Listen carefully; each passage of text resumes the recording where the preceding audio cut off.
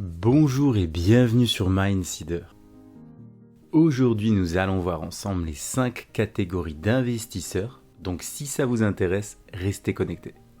Le premier, c'est l'investisseur qui a peu, voire pas de connaissances financières. Ce sont le plus souvent des investisseurs impulsifs dans leur achat, ils ne regardent pas forcément le prix et se laissent happer par la fausse bonne affaire en pensant que c'est une opportunité pour eux. Ils ne cherchent pas forcément une valeur à leur investissement, mais plutôt à assouvir une envie soudaine, bien souvent sans prendre le temps de la réflexion en se demandant « est-ce que j'en ai vraiment besoin ? Est-ce que j'ai les moyens aujourd'hui de faire cet achat ?» Et ces achats sont bien souvent causés par un effet de mode. On veut un nouveau sac, le dernier smartphone, des habits de marque. En gros, on veut ce que mon voisin il a, mais en mieux. Le problème, c'est que tout ce matériel, à partir du moment où on est sorti du magasin avec, partez du principe qu'il perd au minimum 30% de sa valeur d'origine. Personnellement, pour mon portable, j'ai opté pour un Xiaomi plutôt qu'un iPhone, car je vais seulement sur les réseaux sociaux, j'envoie des mails, je réponds à des messages, donc je ne voyais pas l'intérêt de débourser 1200 €. J'ai opté pour une voiture classique qui me permet d'aller d'un point A à un point B. Je ne voyais pas l'intérêt pour moi d'acheter une grosse cylindrée si par derrière je suis obligé de la revendre parce que je n'ai pas les moyens de l'entretenir. C'est vraiment ce type d'investisseurs qui sont les clients numéro 1 des microcrédits. C'est tous ces petits crédits qu'on peut retrouver dans les magasins, emprunter des petites sommes et les rembourser en plusieurs fois. Je déconseille fortement ce type de contrat parce qu'on n'investit pas, on dépense de l'argent qu'on n'a pas encore gagné et on risque de se retrouver endetté. Deuxième catégorie d'investisseurs, l'épargnant perdant. Ces investisseurs pensent qu'il est judicieux d'épargner tout leur argent. À première vue, cela met du sens. Mais comme je l'expliquais dans un short que j'ai fait, l'argent perd de sa valeur dans le temps. Pour expliquer ça rapidement, à l'époque, le dollar était indexé sur l'or. En 1971, le président des États-Unis, Richard Nixon, a mis fin à la convertibilité du dollar en or. Ce qui veut dire que les banques centrales peuvent imprimer autant de billets qu'ils ont besoin pour répondre à la demande face à l'inflation.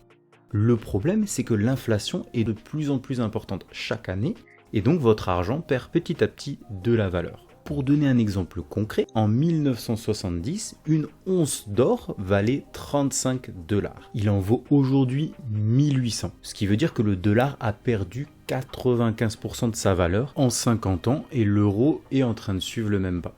Troisième catégorie, les investisseurs trop occupés. Alors ce sont des personnes qui sont trop occupées par leur carrière, leur famille, pour apprendre à investir. Il ne faut pas croire que c'est réservé aux personnes aisées car nous faisons tous cela en allant voir notre banquier quand on veut épargner un peu d'argent.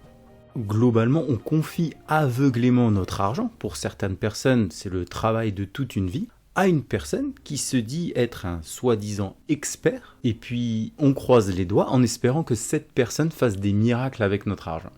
Donc le banquier va nous proposer des assurances vie, différents plans d'épargne et bien souvent c'est un gros charabia pour nous, on ne comprend pas tout ce qu'il dit mais c'est un expert, on lui fait confiance et puis quand même les chiffres qui nous parlent sur du long terme sont vraiment intéressants donc on va gagner beaucoup d'argent.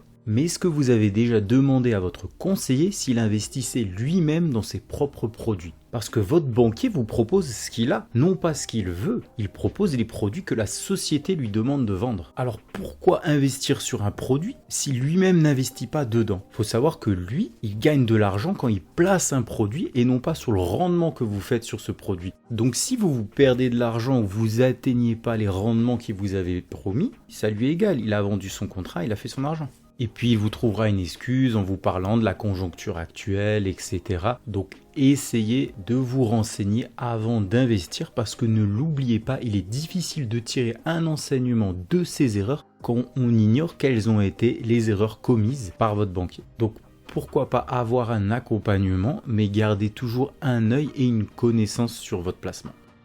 Quatrième catégorie, les petits investisseurs. Cette catégorie représente les investisseurs indépendants. Ils sont souvent partout et nulle part. Ils investissent partiellement en immobilier, un peu dans l'or ou dans l'argent, un peu de pierre-papier, quelques actions et bien souvent ce n'est pas par l'intermédiaire d'un courtier qu'ils le font. Ils pensent bien souvent à tort qu'ils n'ont pas besoin de conseils, mais ce sont des non-spécialistes avec une connaissance approximative du marché. Ces investisseurs ont quand même une situation intéressante, ça reste quand même des personnes très curieuses qui essayent de bien faire, mais cela ne permet pas de gagner leur vie convenablement. On va dire que ça permet d'arrondir les fins de mois, voire potentiellement préparer sa retraite. La 5e catégorie, ce sont les capitalistes. Ce sont les personnes les plus riches, souvent propriétaires de grandes entreprises ou des professionnels de l'investissement comme les rentiers et les traders. Ça représente aussi les influenceurs qui ont une énorme communauté, les commerces en ligne et les autres personnes qui utilisent ce qu'on appelle l'effet boule de neige. La différence par rapport à cette catégorie et les autres, c'est qu'ils font de l'argent en plaçant l'argent des autres. Ils n'utilisent pas leur propre épargne, mais bien souvent l'argent qui vient de la catégorie 2 et 3. Alors ils ne font pas ça tout seuls, ils sont entourés d'une équipe de gens avertis qui ont une connaissance approfondie de leur investissement avec une analyse sur le long terme. Ce potentiel leur facilite l'acquisition de capitaux. Ça va peut-être vous surprendre, mais les banques prêtent plus facilement de grosses sommes d'argent pour de grands projets, car pour eux, gros placement égale gros bénéfices. Pour ma part, je suis plutôt dans la catégorie des petits investisseurs. Je me vois même par moments comme un apprenti sorcier parce que je diversifie peut-être un peu trop, mais aujourd'hui, j'essaie d'améliorer mes connaissances et mon expertise pour me concentrer sur les investissements qui me sont plus appropriés. Et vous, maintenant que vous connaissez toutes les catégories, dites-moi quel genre d'investisseur êtes-vous. Ciao ciao.